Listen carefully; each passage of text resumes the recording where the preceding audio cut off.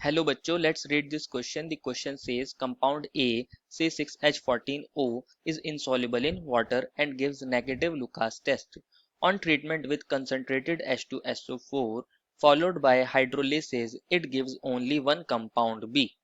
Compound B is soluble in water and gives red color with ferric ammonium nitrate.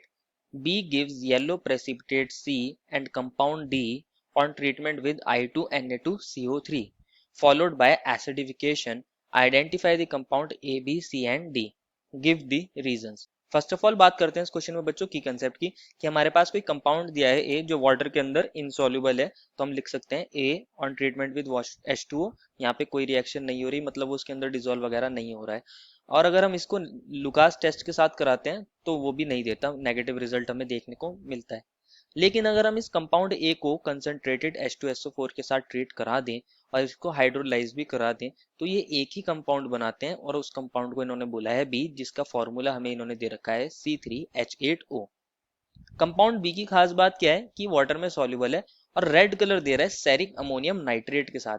Ceric ammonium nitrate को हम short में CAN लिख सकते हैं, C for ceric, A for ammonium, N for nitrate. और ये खास property किसकी होती है बच्चों, रेड कलर देना? ये हमारे अल्कोहल्स देते हैं और अल्कोहल्स वाटर में सॉल्युबल भी होते हैं। बी गिव्स येलो प्रेसिपिटेट सी, बी हमारा येलो प्रेसिपिटेट सी दे रहा है I2Na2CO3 के साथ और एक कंपाउंड डी को फॉर्म कर रहा है, मतलब ये यहाँ पे आयोडोफॉर्म रिएक्शन दिखा रहा है। तो इसका मतलब हमारा बी के अंदर 2 ऑल हो सकता है। देखते हैं अब ABCD क्या होगा। फर्स्ट ऑफ ऑल दोबारा से फॉर्मूले को देखते हैं। ए क्या दिया है हमें, C6H14O। A is C6H14O। बच्चों ये जनरल फॉर्मूला किसका होता है हमारे पास, अल्कोहल्स का या फिर ईथर का, जिसको हम लिखते हैं CnH2n+1OH, या फिर ऐसे भी लिख सकते हैं CnH2n+2O। यही जनरल फॉर्मूला हमारे पास या तो अल्कोहल्स का होता है या फिर ईथर्स का होता है। सैचुरेटेड अल्कोहल्स या सैचुरेटेड ईथर्स का मतलब हमारा कंपाउंड ए अल्कोहल हो सकता है या फिर ईथर हो सकता है। क्योंकि हमारा कंपाउंड ए लुकास के साथ कोई नेगेटिव टेस्ट दे रहा है, मतलब पॉजिटिव टेस्ट नहीं दे रहा है, दैट मीन्स वो अल्कोहल तो नहीं है। और अल्कोहल हमारे वाटर में सॉल्युबल होते हैं बट ईथर नहीं होते, that means A is ether. A is ether. क्योंकि ये ईथर है तो हम इसको ऐसे लिख सकते हैं ROR और R1OR2। अभी हमें नहीं पता कि R1 क्या होगा और R2 क्या होगा। अगर मैं किसी ईथर की कंसंट्रेटेड H2SO4 के साथ ट्रीटमेंट कराता हूं तो H2SO4 क्या है बच्चों, एसिड है, ये H+ देगा। ऑक्सीजन के पास होते हैं लोन पेयर, वो यहाँ एज अ न्यूक्लियोफाइल अटैक करेगा और हमारा बन जाएगा R1OH और ऑक्सीजन पर पॉजिटिव चार्ज, और ये रहा R2। अब क्या होगा, हमारे पास HSO4 नेगेटिव भी होगा कंसंट्रेटेड H2SO4 के अंदर, वो एज अ न्यूक्लियोफाइल किसी कार्बन पर अटैक करेगा और ये वाला बॉन्ड हमारा ब्रेक होकर ऑक्सीजन पर चला जाएगा और ये बन जाएगा R1OH प्लस R2OSO3H। अगर हम इसको हाइड्रोलाइज करा देंगे तो हमारा OSO3H भी किसके अंदर कन्वर्ट हो जाएगा, OH के अंदर कन्वर्ट हो जाएगा। तो हमारे दो अल्कोहल्स बन जाएंगे, एक R1OH और एक R2OH। क्वेश्चन ने कहा था सिर्फ एक ही कंपाउंड बन रहा है, मतलब ये दोनों कंपाउंड्स कैसे होंगे, सेम होंगे, क्योंकि एक ही कंपाउंड बन रहा है। दैट मीन्स R1 और R2 कैसे होंगे, सेम होंगे। मतलब जो हमारा ईथर है वो कैसा ईथर हो जाएगा, सिमेट्रिकल ईथर हो जाएगा। ऑक्सीजन के साइड दोनों ग्रुप्स कैसे होंगे, हमारे सेम होंगे। तो हम ऐसा लिख सकते हैं ए इज सिमेट्रिकल ईथर। ये हमारी ए के बारे में हमें पता चल गया, ए ईथर है और वो सिमेट्रिकल है। अब क्या कर रहे थे, हम इसको कंसंट्रेटेड H2SO4 के साथ ट्रीट करा रहे थे तो हमें एक ही अल्कोहल मिलेगा। क्या मैं इसको ऐसे लिख सकता हूँ, ROH बन रहा है इसके अंदर और 2 ROH बनने होंगे बेसिकली। ये हमारा कंपाउंड बी है और इसका फॉर्मूला में दे रखा है C3H8O। तो मतलब इसके अंदर टोटल 3 कार्बन है, तो हमारे एक आर के अंदर कितने कार्बन होंगे, 3 कार्बन होंगे।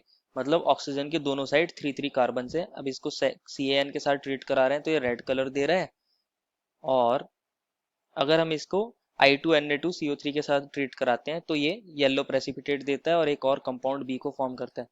देखते हैं कैसे होगी रिएक्शन। ये हमारा ROH है। अगर मैं इसको I2 और Na2CO3 के साथ ट्रीट कराऊं बच्चों, यहाँ हमारी आयोडोफॉर्म रिएक्शन होती है।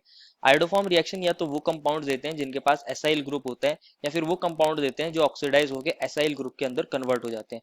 और वो कंपाउंड्स जो एसाइल ग्रुप के अंदर कन्वर्ट हो जाते हैं वो होते हैं हमारे पास 2 ऑल, जिनकी सेकंड पोजीशन पर अल्कोहलिक ग्रुप प्रेजेंट होता है। और हमारे पास मतलब इसका कि जो R है वो उसके अंदर 2 ऑल प्रेजेंट है, दैट इज उसके अंदर CH3OH ग्रुप प्रेजेंट होगा। अब देखते हैं हमारा जो ईथर है, क्योंकि वो सिमेट्रिकल ईथर है, उसको हम ऐसे भी तो लिख सकते हैं, यहाँ पे भी 3 कार्बन होंगे C3H7 और दूसरी साइड भी C3H7, हम इसको ऐसे लिख सकते हैं। और 3 कार्बन्स का सेकेंडरी अल्कोहल तो एक ही होता है बच्चों, CH3 CH OH और CH3, दैट मीन्स ये हमारा B है। और अगर मैं इसको I2 और NaOH के साथ ट्रीट करा दूं या I2 Na2CO3 के साथ, तो ये किसके अंदर कन्वर्ट हो जाता है, आयोडो फॉर्म के अंदर, जो कि पेल येलो कलर का होता है एज अकॉर्डिंग टू क्वेश्चन। और यहाँ कन्वर्ट हो जाएगा CH3CO नेगेटिव Na पॉजिटिव के अंदर।